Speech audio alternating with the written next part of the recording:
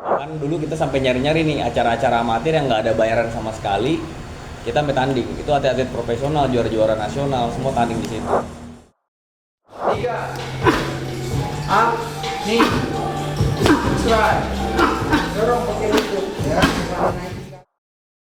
Seperti perkembangan zaman yang tadinya orang nggak tahu itu boxing, muay thai, MMA, grappling atau wrestling, sekarang semua terjun ke situ untuk berlomba-lomba ya kan.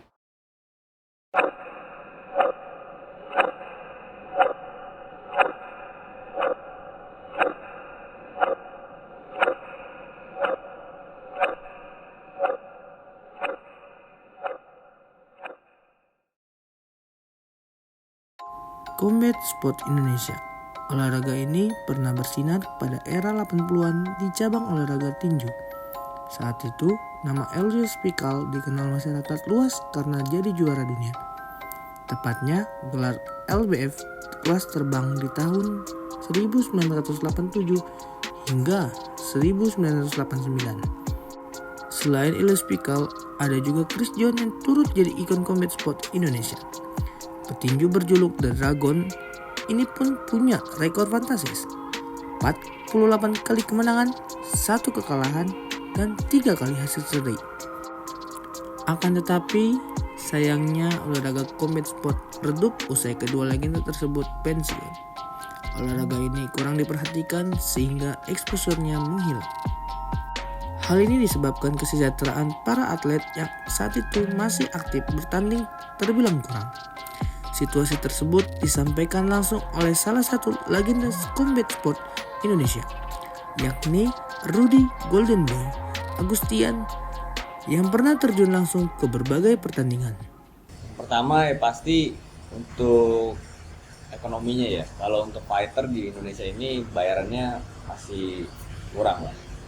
Sedangkan pengorbanan kita tuh udah luar biasa, apresiasi dari pemerintah juga kurang.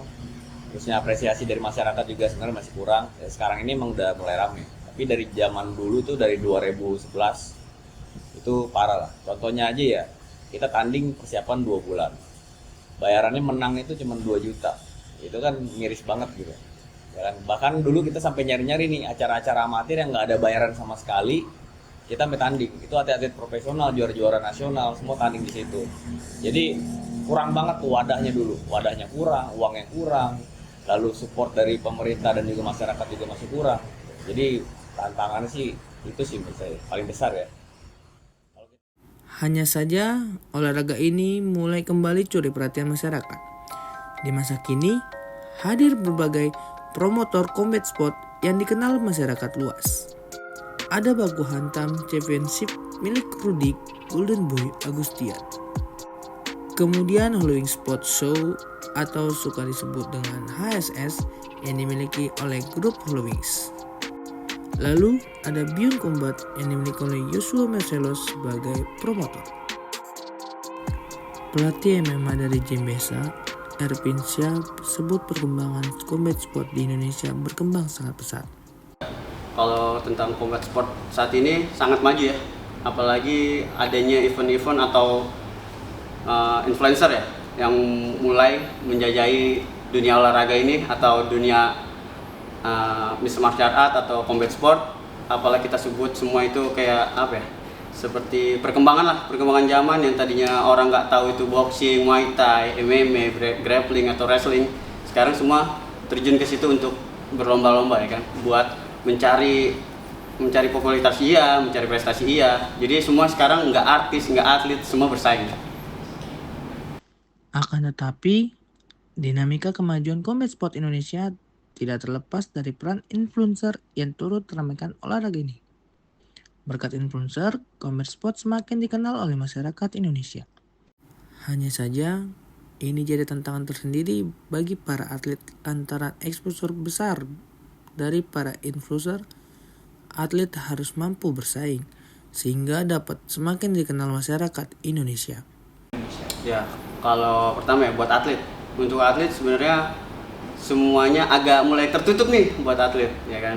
Nah, karena atlet itu yang benar-benar punya prestasi up, mungkin sekarang ini yang bisa bisa berlanjut lah jenjangnya. Ketika yang benar-benar influencer masuk. Nah, di situ kita mulai kehilangan jati diri yang benar-benar sebagai atlet, bisa kehilangan panggung. Kendati demikian, bukan berarti bahwa perkembangan combat sport di Indonesia berjalan mulus begitu saja. Masih ada rintangan yang dihadapi oleh orang-orang yang terlibat di dalamnya. Salah satunya adalah kelompok yang punya pendapat kontra dengan combat sport ini.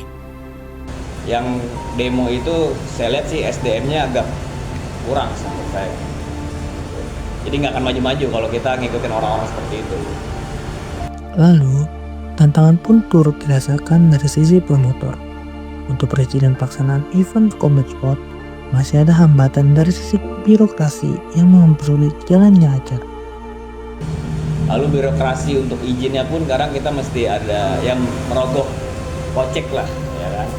Merogoh kocek untuk oknum-oknum yang ada di instansi agar kita mendapatkan izin. Gitu. Itu kan hal yang sangat membebani promotor juga.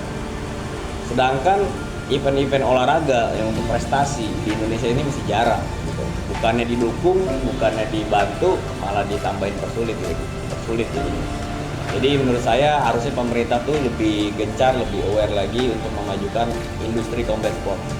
Tidak hanya itu saja, ada juga sejumlah orang yang berpendapat bahwa olahraga combat sport erat kaitannya dengan kekerasan.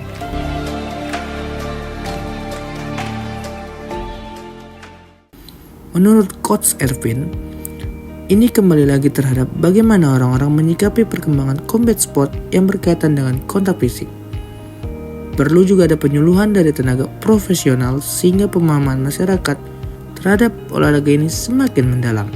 Sebenarnya kalau menurut saya itu baiknya dijelaskan, disosialisasikan ke sekolah-sekolah. Ini tentang bela diri, ini tentang self defense. Jadi kita tuh nggak ada yang namanya bully lagi. Kan udah beberapa kasus juga banyak anak kecil yang dibully sampai meninggal, ya kan? Nah, nggak tutup kemungkinan juga kita sebagai orang tua atau sebagai pelatih mengajarkan bukan untuk melatih doang, tapi mengedukasi kalau kita itu bisa bela diri untuk menjaga diri, bukan melawan orang atau melakukan itu ke orang lain yang tidak bisa olahraga atau tidak bisa bela diri kayak gitu. Kalau aku selalu saranin member-memberku tuh, atlet-atletku tuh selalu jaga nama baik, jaga nama sendiri dan jaga diri kita sendiri gitu. Oke, dari kalau kamu bisa bela diri, kamu harus jaga itu. Tapi kalau kamu nggak bisa bela diri, ya kamu harus belajar untuk menghindari gitu, menghindari bully kayak gitu sih menurut aku. Melihat fenomena serupa, perlu sekali adanya peran dari semua yang terlibat di dalam combat sport untuk mengembangkan olahraga ini. Tidak hanya agar semakin dikenal, tetapi juga supaya masyarakat dapat menerima bahwa combat sport dapat berikan dampak positif kepada banyak orang. Kalau menurut aku sih semuanya terlibat, semuanya terlibat. Pelatih, salah satunya pelatih, promotor. Kalau nggak ada promotor kita nggak bisa main, nggak ada promotor, nggak ada atlet, nggak bisa ada eventnya kayak gitu. Jadi semuanya itu satu kesatuan. Kalau nggak ada mereka atau siapa, walaupun kita mau main lawan kita cedera, itu pun nggak jadi. Jadi kayak gitu. Jadi semua itu sangat penting dan itu harus dijaga. Gimana caranya biar membuat event itu makin baik dan makin tinggi lagi gitu.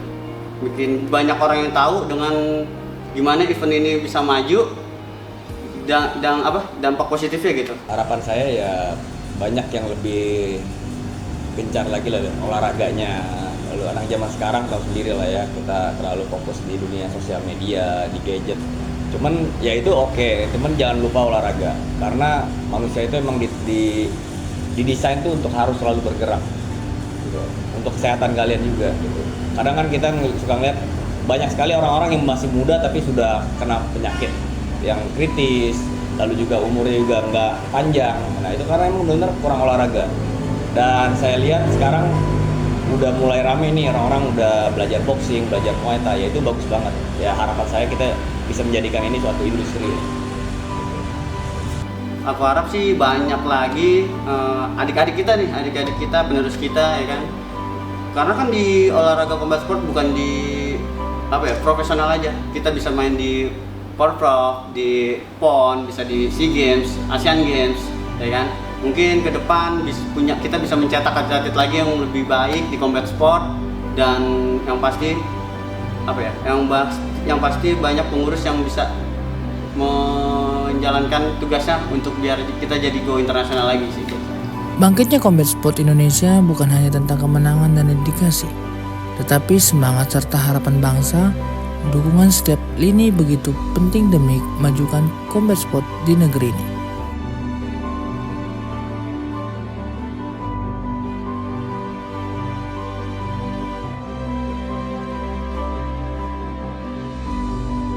Ini adalah langkah awal dan perjalanan sesungguhnya baru akan dimulai.